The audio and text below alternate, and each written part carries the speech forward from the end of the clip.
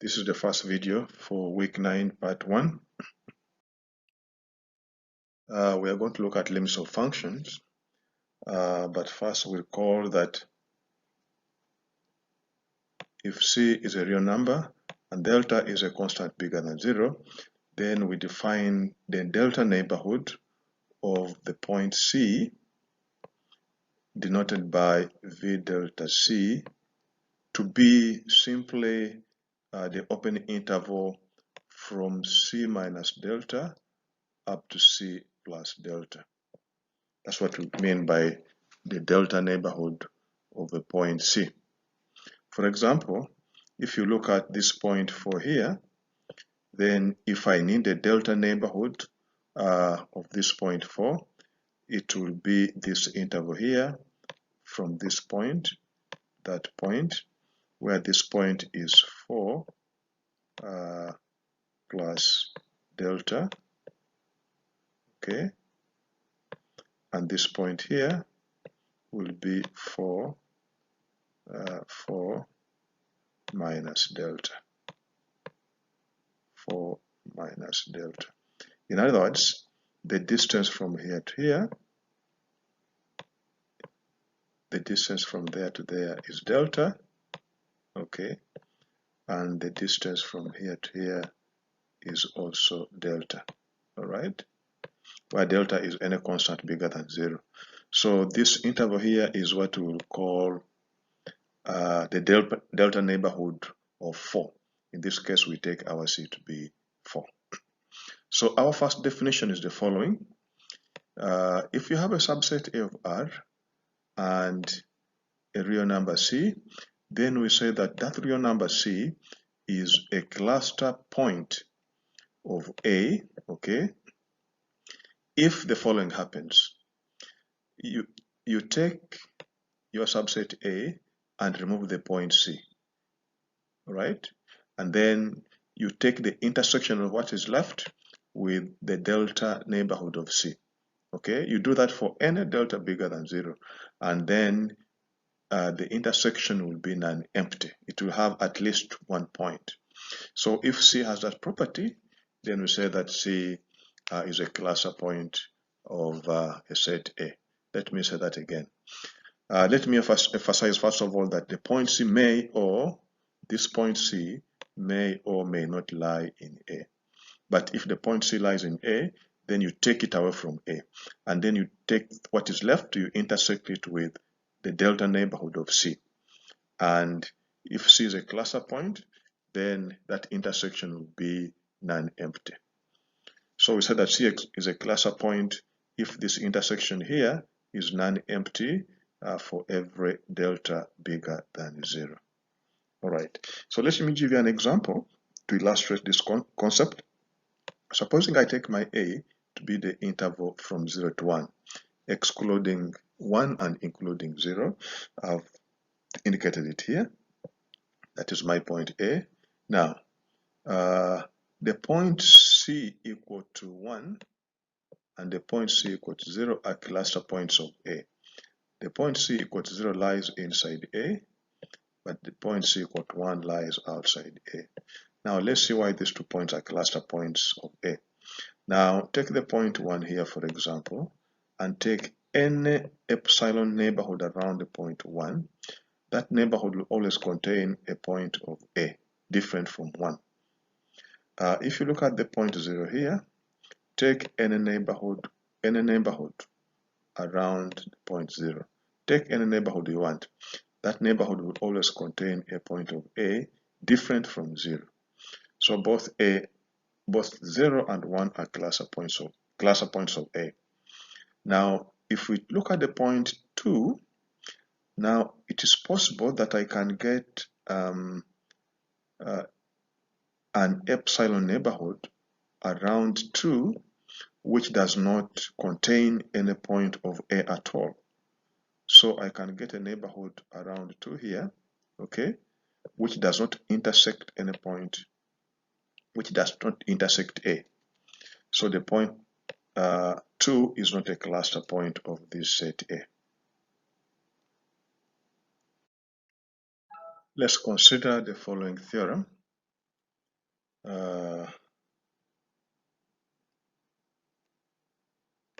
let A be a subset of R and let C be a real number, then the theorem tells you that C is a cluster point of A if and only if there exists a sequence AN in A such that a sequence AN in A which converges to C, and each element AN in the sequence is different from C.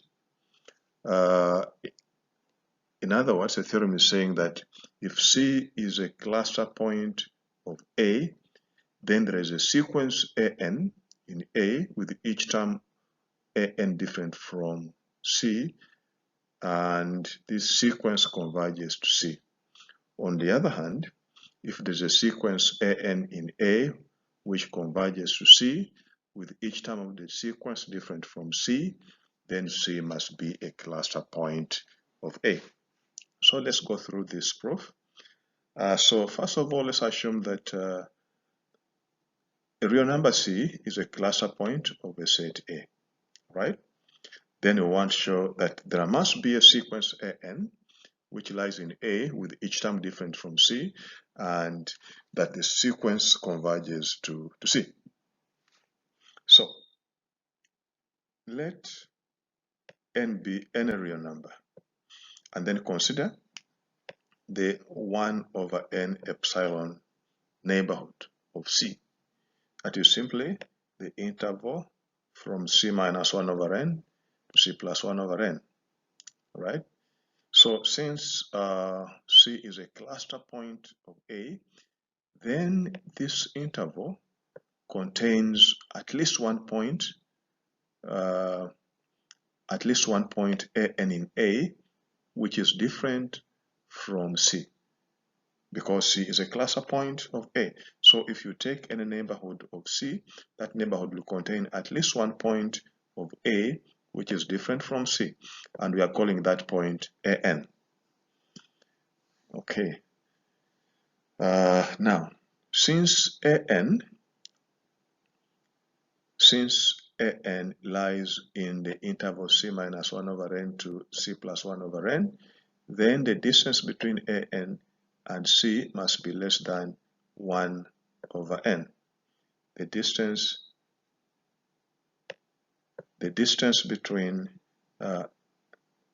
between AN and C must be less than 1 over N, because AN lies in this interval here.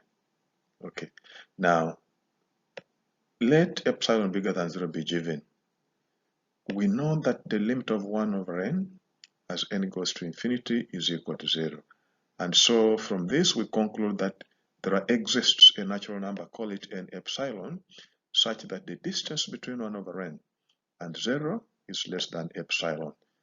Okay? So we have this condition, right? We get this condition from the fact that the limit as N goes to infinity of 1 over N is equal to 0. So this inequality is simply telling you that 1 over N will be less than epsilon for all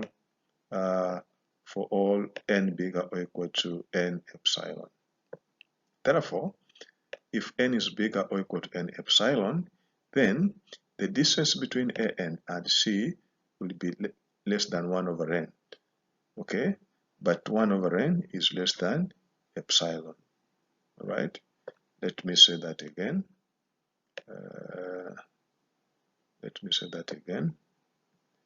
So what I'm saying here is that if N is bigger or equal to N epsilon, then the distance between AN and C will be less than 1 over N. Why is this so? Because AN lies in the 1 over N neighborhood of C here. So the distance between AN and C will be less than 1 over N, but then 1 over N is less than epsilon from here. Okay, from there, provided that small n is bigger or equal to N epsilon. So if small n is bigger or equal to N epsilon, then we have that the distance between AN minus C is less than epsilon. And then from that we conclude that the limit as n goes to infinity of an is equal to c. On the other hand, suppose that there is a sequence an, okay, in a sequence an which sits in a minus c, such that its limit as n goes to infinity is equal to c. Then, for any delta bigger than 0, there exists a natural number, call it n delta. For any delta bigger than 0, there exists a natural number, call it n delta, right? Such that if n is bigger or equal to n delta, then the distance between an and c is less than delta, right? Okay, that means that an belongs to the delta neighborhood of c. So every delta neighborhood of c will contain a point of a which is different from c. And then that tells you that c must be a cluster point of A.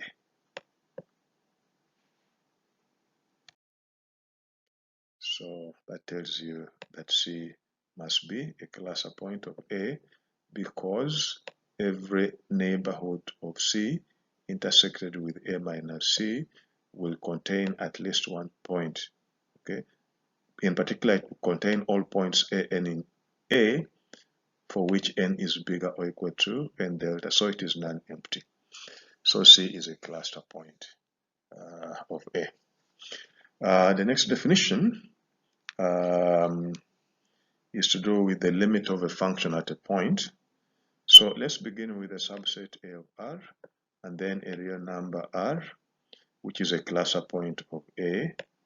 And then we have a function f, okay, from A to R.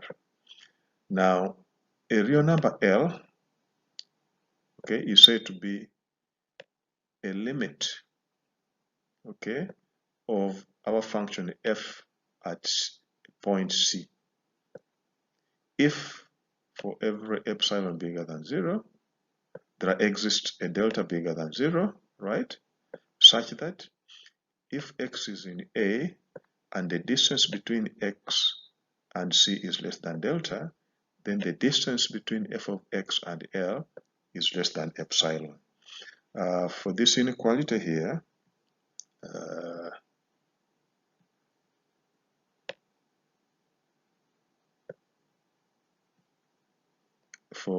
we require that this is bigger than 0, just to avoid the point x equal to A. Make sure that x is different from A. Now, I can explain this in terms of this diagram here, right? We are saying given epsilon bigger than 0, there will be a delta bigger than 0 such that if the distance between x and C is less than delta, then the distance between f of x and L is less than epsilon. So if this is your C, all right, and if x is anywhere here, then the distance between x and C is less than delta. So let me take x here, then you come. So if x is there, then f of x will be here. So you see, the distance between f of x and L will be less than epsilon. The distance from here to here is epsilon, and the distance from here to here is epsilon. So if x is here, that's the distance between x and C is less than delta, then you come like this, you see, the distance, so this point will be f of x. So the distance between f of x and L will be less than epsilon.